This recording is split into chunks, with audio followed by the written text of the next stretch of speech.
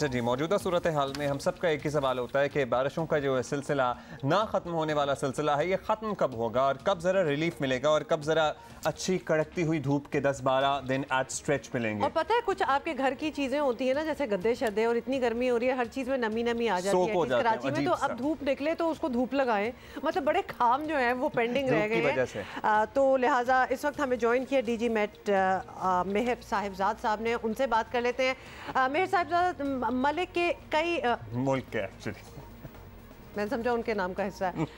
अच्छा जी, छोड़ दें सब कुछ। ऑब्वियसली हम बारिशों की बात कर रहे हैं और बहुत ही बुरा हाल है। हम पूरी एक पिछले घंटे में एक डिटेल दे चुके हैं। कौन सा हिस्सा है जो इस वक्त सैलाबी सूरत हाल में नहीं मुब्तला? मज़ीद बारिश से हालात जो हैं वो मज़ीद बिगड़ेंगे, तो आप ये बताएं कि आने वाले दिनों में किन इलाकों में बारिश हो सकती है, कहाँ आपको लगता है अब दैट स्पेल इज़ ओवर?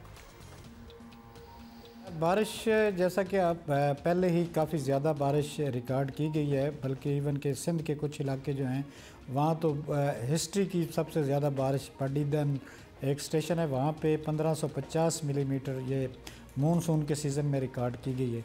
अभी ये बारिशों का सिलसिला जो है ये तकरीबन से स्टार्ट हुआ है और ये सिंध के अक्सर इलाके जो हैं इसकी ज़द में होंगे और बलूचिस्तान और फिर जनूबी पंजाब के कुछ इलाके, डेरा गाजी खान डिवीज़न और इसके अलावा बकर डिस्ट्रिक्ट जो है, लिया है, इनके आसपास के इलाके जो हैं ये बारिश की ज़द में होंगे। बारिश तो दूसरे इलाकों में भी होगी पंजाब के, लेकिन यहाँ पे काफ़ी ज़्यादा बारिश का इम्कान है। और जिस तरह पहले हिल टोरेंट्स की वजह से लोगों का यानी लोग पानी का काफ़ी बड़े रेले आते रहे, तो दोबारा इसी तरह की सूरत हाल पैदा हो सकती है। डेरा इस्माइल खान डिवीज़न जो है, जो KPK का जनूबी डिवीज़न है, वहाँ पे भी दरियाए कुर्रम और उसके जो कैचमेंट एरियाज़ हैं वहाँ पे काफ़ी ज़्यादा बारिश का इम्कान है। बारिश के साथ साथ चूँकि पहले भी सैलाबी कैफियत पैदा हो चुकी है, इस वक्त जो है हाई फ्लड पोजीशन जो है वो गुद्दू पे है और सखर बैराज पे है, तो ये भी रेला आगे चलता चलता जो है कुछ इलाकों को इफ़ेक्ट करता जाएगा। सिंध के ज़ीरी इलाके जो हैं वहाँ तक भी ये पहुँचेगा, लेकिन इससे भी काफ़ी थोड़ा सा यानी पानी जब फैलेगा बस्तियों में या शहरों में तो उससे भी थोड़ी सी सूरत हाल पैदा हो सकती है। जो हालात बन चुके हैं सर्टनली हर कोई यही पूछ रहा है कि मानसून बारिशें ख़त्म कब होंगी। महकमा मौसमियात ने कुछ अंदाज़ा लगाया है कि कब ये सिलसिला रुक जाएगा अक्रॉस द कंट्री? बिल्कुल जी, आपने जैसा कि ये देखें मानसून जो है सीज़न वो 3 महीने पे मुहित होता है पाकिस्तान में, जुलाई, अगस्त और सितंबर। अब जुलाई में भी मामूल से काफ़ी ज़्यादा बारिशें और अगस्त में भी काफ़ी ज़्यादा बारिशें हैं। ये महीना तो अगला आने वाला भी जो है वो मानसून का ही है, लेकिन ये सिलसिला जो है अगले 48 घंटों के बाद सूरत हाल थोड़ी सी बेहतर हो जाएगी। मानसून में अभी तक कोई इतनी अच्छी ब्रेक नहीं आई थी, लेकिन इन बारिशों के बाद जो है 27 अगस्त के बाद लग रहा है कि जी थोड़ी सी ब्रेक आएगी और सूरत हाल बेहतर होगी। उसके अलावा सितंबर में भी तो बारिशों का इम्कान दोबारा भी हो सकता है, क्योंकि मानसून सीज़न अभी तक ख़त्म नहीं हुआ है। इन बारिशों के बाद कुछ ब्रेक तवक्को है। बहुत शुक्रिया आपका मेहर साहिबजाद साहब, DG मेट हमारे साथ मौजूद थे। बहुत देर से हम ये जिक्र कर रहे हैं, इस पर बहुत रिसर्च भी हो चुकी है कि जो सारा सिलसिला है और ग्लोबली वेदर जो है वो चेंज हुआ है। बिल्कुल पहले जो होता था अब नहीं रहा। अब आप UK में ही देख लें कि लिटरली रिकॉर्ड तोड़ कोई हीट वेव वहाँ आई है, लोग वहाँ से भी बता रहे हैं। तो ये क्लाइमेट चेंज का एक पूरा सिलसिला है जिसको अब हमें ज़रा सीरियसली लेना चाहिए और we should take all those measures जिससे हम कुछ कंट्रोल कर सकते हैं। Federal minister for climate change Sherry Rehman हमारे साथ हैं। शहरी रहमान साहबा, मुल्क में इस वक्त जिस तरह की सैलाबी सूरत हाल है आप भी देख रही हैं, हम भी दिखा रहे हैं, तबाही उस लेवल की है कि अफसोसनाक मनाजिर भी हैं और ऐसा हमने पहले शायद हम कह सकते हैं कि इतने लार्ज स्केल पे हमने नहीं देखा। तो वैसे तो ऑब्वियसली हुकूमत का आप हिस्सा ही हैं, लेकिन फिर भी क्या आपको लगता है कि सब हुकूमतों ने बर वक्त और भरपूर रिस्पॉन्स दिया है या फिर कुछ कोताही हो गई, इंक्लूडिंग आपकी पुरानी हुकूमत है? बिल्कुल। देखिए, इसमें कहना आसान है कि कोताही हुई है। मुझे इतना पता है कि मैं अभी NDMA वॉर रूम से आई हूँ, हमने वहाँ वॉर रूम बनाया हुआ है इस्लामाबाद में, और जो हमारी कैपेसिटी है पूरे मुल्क में हर PDMA की, हर NDMA की और सूबाई जितने भी अजला हैं अपने DCs बेचारे नीड्स असेसमेंट बना के भेजते हैं और फिर दूसरा साइकिल आता है। इस तरह की बारिशें तूफ़ानी पाकिस्तान में हमने कभी इतने इंटेंसिटी इतनी तेज़ी और तुंदी से नहीं देखी। और हमने 7 से 8 साइकिल कभी मानसून में पाकिस्तान में मेरी ज़िंदगी में मैंने कम से कम नहीं देखी है। मैंने चेक भी किया है, ये पहले भी आपसे अर्ज़ किया था कि 30 साल का एवरेज जो हमारा मेट ऑफिस निकालता है, उन्होंने तो जुलाई में मुझे पहली जो प्रेस कॉन्फ्रेंस मैंने की थी उसमें 500% और 600% से बढ़कर सिंध और बलूचिस्तान में बारिशें हुई हैं। तो ना शहर, ना देहात, ना ब्रिज, ना सड़क ये रेलों को सस्टेन कर पा रही है। मतलब पानी बस चलता बहता तेज़ी से आ रहा है, ऊपर से गिर रहा है। जाहिर है अब जो डैम्स हैं वो भी भरते जा रहे हैं। और अफसोस की बात है, जिन डैम्स में हमें अगले रबी फसल की ज़रूरत है फूड सिक्योरिटी के लिए, अपने क्रॉप को इंश्योर करने के लिए, वो इस वक्त भरे नहीं हैं। जो कैचमेंट एरियाज जहां हमें चाहिए पानी अगली फसल के लिए, तो ये सारी बातें चल रही हैं। सूरत हाल सख्त तशवीशनाक है।